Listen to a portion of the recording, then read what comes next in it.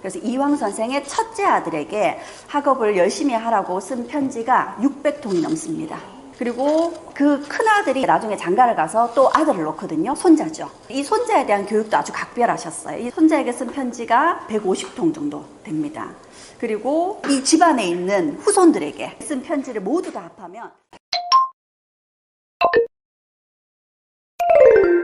이번 강의 제목을 자녀 교육으로 맞춰봤습니다. 우리 역사 속에서 자녀 교육을 잘 하셨던 분들 여러분들이 계시겠지만 제가 퇴계 이황 선생 이분께 배우는 자녀 교육 노하우에 대해서 강의 한번 해보도록 하겠습니다. 이런 말 많이 들어보셨죠? 옛말에 부모 되기는 쉽지만 부모 노릇하기는 쉽지 않다. 참 옛 말씀 치고 틀린 말 없죠, 그렇죠? 근데 이 말은 정말 많이 공감이 되는 말인 것 같습니다. 아이를 가지면서부터 아이가 나중에 다 커서도 이런 고민은 계속 해야 되지 않을까 싶습니다. 부모 노릇하기 쉽지 않다라는 건 우리만 공감하는 것이 아니라 전 세계 아이 키우는 부모들은 다 공감을 하는 말일 겁니다, 그렇죠? 우리하고 다른 문화권에서는 자녀 교육에 대해서 어떤 일들이 제일 많이 알려져 있는지 잠깐만 살펴보자면요. 우리 동양에서는 제일 유명한 분이 맹자 어머님이시죠. 맹모 삼천이라 그래서 맹자 어머니께서 맹자 교육을 위해서 3번 이사를 하셨다 그러죠. 첫 번째는 무덤가였어요. 그러니까 애가 매일 무덤놀이를 하는 거예요. 그래서 두 번째는 시장통으로 이사를 갔습니다. 그랬더니 애가 매일 시장놀이, 돈놀이, 돈맛을 먼저 아는 거죠. 그래서 그 다음으로 찾아간 곳이 서당이 있는 동네였습니다. 그랬더니 아이가 학교놀이를 하더라고요. 그래서 아이 교육을 위해서는 여기 정착해야 되겠다 하셨던 분이 맹자 어머니셨습니다. 맹자 어머니께 이런 일도 있었습니다. 맹자가 정말 큰 결심을 하고 공부를 하러 들어갔어요. 그러면 공부를 마치고 내려와야 되겠죠. 그런데 이 맹자가 공부를 중도에 그만두고 집으로 돌아온 겁니다. 그러자 어머니께서 배를 짜고 계시다가 만들던 배를 잘라버리셨어요. 짜던 배를 잘라버리면 못 쓰게 돼버리죠. 그러면서 아들에게 이렇게 얘기를 합니다. 학업을 중단하는 것은 배를 이렇게 완성을 하지 못하고 망치게 되는 거하고 같다 하면서 아들을 다시 공부하게끔 마음을 돌이키게 만들었다라는 이야기가 있죠. 우리 한석봉 이야기하고도 좀 닮아있는 이야기인 것 같습니다. 그러면 서양에서는 어떨까요? 서양에서는 제일 유명한 교육이 유대인들의 교육이 아닌가 싶습니다. 제가 글을 한 편 보여드릴 텐데요. 아주 가벼운 글입니다. 배은수 선생님 좀 읽어주시겠어요? 큰 목소리로 좀 읽어주세요. 휴일이야 늦잠을 자고 시원한 페리에 생수 한 잔으로 잠을 쫓는다. 욕실에서 비달사순 3% 머리를 감고 에스티로드와 헬레나 루빈스타인 화장품으로 단장을 한다. 리바이스 청바지를 입고 던킨 도너스로 아침을 먹고 베스킨 라빈스로 후식까지 먹는다. 그리고 샘수나이트 가방을 들고 약속 장소인 스타벅스로 향한다. 여기에 브랜드가 꽤 많이 나왔죠. 네, 아시는 브랜드도 있고 처음 들어보는 브랜드도 있을 텐데 이 브랜드 이미지를 보시면 여기에 나와 있는 브랜드들 모두 다 유대인이 만든 브랜드입니다. 그러니 이 유대인들의 영향력이 특히 이들의 경제력이 우리에게까지 굉장히 많은 영향을 끼치고 있다라는 거겠죠. 실제로 유대인들은 전 세계 인구의 0.2%에 불과합니다.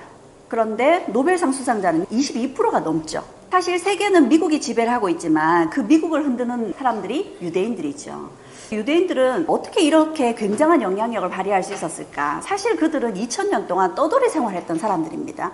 그 오랫동안 힘든 시간을 거쳤던 사람들이 자신들의 정체성을 놓치지 않고 꾸준히 지켜나가면서 이렇게까지 큰 성장을 할 수 있었던 건 그들의 교육에 가장 큰 이유가 있을 겁니다. 그게 바로 탈무드죠. 유대인들이 가장 중요하게 생각하는 책이죠. 이 탈무드를 책이니까 읽는 거라고 생각을 할 텐데요. 유대인들은 탈무드를 읽는 것이 아니라 평생에 걸쳐서 연구하고 토론하는 데 쓰는 겁니다. 탈무드를 평생에 걸쳐서 계속 공부를 하면서 어떤 정답을 찾는 것이 아니라 토론하면서 함께 성장해 나가는 거죠. 그런 교육이 있었기에 이들이 이렇게 성장하지 않았을까 싶습니다. 유대인들이 이런 교육을 얼마나 중요하게 생각하느냐라는 건 유대인의 속담에 잘 나와 있기도 합니다. 잉크가 옷과 책에 묻었다면 책에 잉크부터 닦아라 그럽니다. 그리고 지갑과 책이 땅에 떨어졌다면 책을 먼저 주워라 그러죠. 우리한테 만약 이런 질문이 온다면 이렇게 할 수 있을까요? 그만큼 유대인들은 독서뿐만 아니라 교육에 대해서 굉장히 중요한 생각을 갖고 있었다라는 걸 알 수가 있습니다. 그러면 이황 선생의 자녀 교육에 대해서 한번 알아보도록 하겠습니다. 태계 이황 선생이신데요. 너무나 잘 알죠. 성리학의 대가이시고 공부도 많이 하셨고 제자를 또 많이 길러내신 분이십니다. 이 이황 선생의 자녀 교육의 중요한 특징 중에 하나가 자녀, 손자, 그리고 후손들까지 편지로 일일이 다 가르침을 주셨다 그러거든요. 그 편지의 양이 어느 정도였냐면 이황 선생에게 아들이 둘이 있었는데 둘째 아들이 좀 일찍 죽습니다. 결혼을 하자마자 죽었거든요. 그래서 이황 선생의 첫째 아들에게 학업을 열심히 하라고 쓴 편지가 600통이 넘습니다. 그리고 그 큰아들이 나중에 장가를 가서 또 아들을 놓거든요. 손자죠. 이 손자에 대한 교육도 아주 각별하셨어요. 이 손자에게 쓴 편지가 150통 정도 됩니다. 그리고 이 집안에 있는 후손들에게 쓴 편지를 모두 다 합하면 1300통이 넘는다고 합니다. 엄청난 거죠. 우리가 직접적으로 가르침을 줄 수도 있겠지만 편지로 가르침을 준다면 이게 더 효과적인 부분들이 많을 겁니다. 이황 선생이 아들에게 쓴 편지 내용을 한번 보도록 할게요. 편지로 아들에게 어떤 가르침을 주셨는지 한번 보겠습니다. 제가 한번 읽어보겠습니다.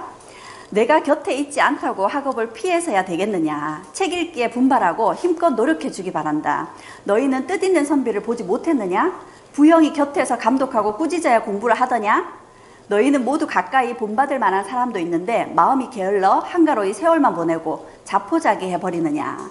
지금 신중히 충고를 하시기보다는 좀 꾸짖는 듯한 잔소리 같은 그런 말투죠. 편지를 600여 통을 쓰셨으니 이렇게 옆에서 잔소리 하듯이 편지를 쓰신 것 같습니다. 이거는 큰아들에게 보낸 편지고요. 손자에게 보낸 편지를 한번 보겠습니다. 손자에게 보낸 편지 내용을 보면 퇴계 이황 선생께서 자녀들이 어떻게 공부를 했으면 하는 그런 마음이 잘 드러나 있습니다.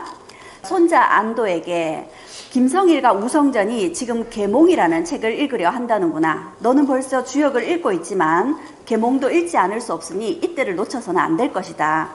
주역을 읽는 것을 마치지 못했더라도 곧장 내려와서 이들과 함께 계몽을 읽는 것이 좋겠다. 공부하러 산에 들어간 손자에게 주역을 읽고 있지만 계몽부터 공부를 함께 하자 하고 내려오라고 합니다. 이황 선생의 제자 중에 김성일과 우성전이라고 아주 재능이 있는 이 제자들과 함께 공부했으면 하는 거죠. 손자의 공부까지 일일이 케어하시는 이황 선생의 모습을 엿볼 수 있는데요. 이 공부라는 것이 내가 얼마만큼 받아들일 수 있는 그릇이 되느냐에 따라서 정해지는데 혼자 하는 것보다 나하고 뜻을 같이 하는 혹은 공부의 방향이 같은 사람이 함께 하게 된다면 훨씬 더 시너지가 크겠죠. 제 주위에도 이런 사람이 있더라고요. 박사과정 논문을 쓰는 일이 쉽지 않죠. 또 이 공부가 우리나라에서는 좀 경쟁적인 성격이 많습니다. 근데 제가 아는 박사과정에 있는 분은 공부를 이렇게 하시더라고요. 주변에 있는 박사과정에 있는 사람들이랑 논문을 쓸 때 4명이 같이 공부를 한다면 이 4명이 각자 논문을 쓰는 것이 아니라 한 사람이 논문을 쓸 때 그 사람의 논문을 3사람이 다 서포트를 해주는 거예요. 이 사람에게 질문이라든지 논리에 대해서 반박을 하면서 이 사람이 성장할 수 있도록, 그래서 이 사람이 멋진 논문을 완성할 수 있도록 도와주고, 그 다음에 이 사람이 논문을 마치면 그 다음 친구가 논문을 준비할 때 나머지는 또 그걸 함께 도와주는 거죠. 그렇게 하면 어떻겠어요? 자기 전문적인 분야 외에도 식견도 넓힐 수 있겠고, 또 내가 생각지 못하는 부분까지 다 둘러볼 수 있어서 굉장히 폭넓은 공부가 될 수 있을 것 같습니다. 그래서 이 이황 선생께서도 뜻을 함께하는, 공부의 방향이 같은 친구들이 있다면 함께해서, 그러면 선의의 경쟁도 될 것이고 좀 더 깊이 있는 공부가 되지 않을까 해서 여럿이 함께 하기를 추천했다는 거죠. 이거는 지금도 우리가 쓸 수 있는 좋은 방법이 아닐까 싶습니다. 이황 선생은 40대의 관직을 내려놓고 조정에서 관직을 내리면서 조정에 나와서 일을 하라고 여러 차례 권고가 있었는데 그 조정의 부름을 무려 70여 번을 거절하면서 고향에서 후학을 양성하는 일을 하셨어요. 그래서 제자가 이렇게 물었죠. 스승께서는 학문의 목표가 어디에 있습니까? 퇴계 선생같이 이렇게 학문의 깊이가 높으신 분은 그 학문의 목표가 어디에 가 있을까 궁금한 거죠. 그랬더니 퇴계 이황 선생께서 나는 학문을 열심히 갈고 닦아서 고향에 내려가서 착한 사람들을 많이 만들고 싶다. 그것이 평생에 내가 학문화하는 목표다 라고 얘기하신 겁니다. 근데 이 착한 사람을 만드는 일이라는 게 뭐가 제일 필요할까요? 착한 사람을 만들려면 내가 먼저 착해야 되지 않을까요? 그래서 이런 자신의 학문의 목표를 달성하기 위해서 이황 선생은 몸소 실천하는 교육을 보이셨습니다. 몇 가지 일화가 있는데 아까 제가 태계 이황 선생은 아들이 둘 있었는데 둘째 아들이 장가 가자마자 죽었다 그랬죠. 첫째 아들이 다행히 장가를 가서 아들을 낳았습니다. 그 아들이 안도였었죠. 그래서 그 손자의 교육까지 알뜰하게 챙기시는 태계 이황 선생을 봤었는데 그 손자가 장가를 가서 또 아들을 낳았어요. 증손자가 태어난 거죠. 얼마나 귀해요, 그렇죠? 아주 귀한 증손자입니다. 근데 이 증손자가 태어났을 때 손자가 성균관에 입학해 있을 때였어요. 태계 이황 선생은 안동에 거주하고 계시고 이 증손자는 서울에서 태어난 거죠. 그래서 증손자가 태어났다는 소식은 들었는데 증손자 얼굴은 보지 못한 상황이었습니다. 그런데 이 증손자를 낳은 손주 며느리가 증손자를 놓고 6개월 만에 다시 임신을 한 거예요. 그러면 어떻게 되냐면 모유 수유가 안 됩니다. 모유가 끊기게 된 거죠. 그러면 이 아이는 건강하게 자랄 수가 없습니다. 목숨이 위태로운 상황이 돼버리죠. 그래서 이 손자가 태계 이황 선생에게 편지로 아주 간절한 부탁을 합니다. 마침 집안에 노비 중에 갓 출산한 노비가 있다는 거죠. 그래서 그 노비를 유모로 서울로 좀 보내달라 한 겁니다. 그럼 그 유모가 서울로 가면 그 유모가 갓 낳은 딸은 어떻게 될까요? 그 딸 역시도 생명이 위험해질 수 있겠죠. 그래서 그런 간곡한 손주의 부탁을 이황 선생이 거절하십니다. 내 자식을 살리기 위해서 남의 자식을 죽이는 일은 참 할 수 없는 일이지 않느냐. 그래서 그렇게는 못하겠고 어떻게든지 미음이나 이런 걸 써서 아이를 잘 한번 키워보거라 하고 마음은 많이 아팠지만 거절을 했답니다. 결국 그 증손자가 그 다음 해에 죽었다 그래요. 그래서 이때가 이황 선생의 가장 상심이 컸을 때였다라고 얘기를 합니다. 사실 사람이 내 가족 먼저 챙기는 것이 인지상정인데 태계 이황 선생은 당신이 학문을 하시는 목표가 착한 사람을 만드는 일이다 라는 거였기 때문에 그걸 당신이 먼저 깰 수 없었던 거죠. 또 이런 일도 있었습니다. 태계 이황 선생이 어떤 사람이 집에 손님으로 오든 신분이 높은 사람이건 신분이 낮은 사람이건 나이가 어린 사람이건 상관없이 이 이황 선생의 집을 찾는 사람은 이황 선생이 항상 방문 앞에까지 나가서 맞아드립니다. 그리고 인사를 할 때도 꼭 서서 인사를 하고요. 같이 절을 하고.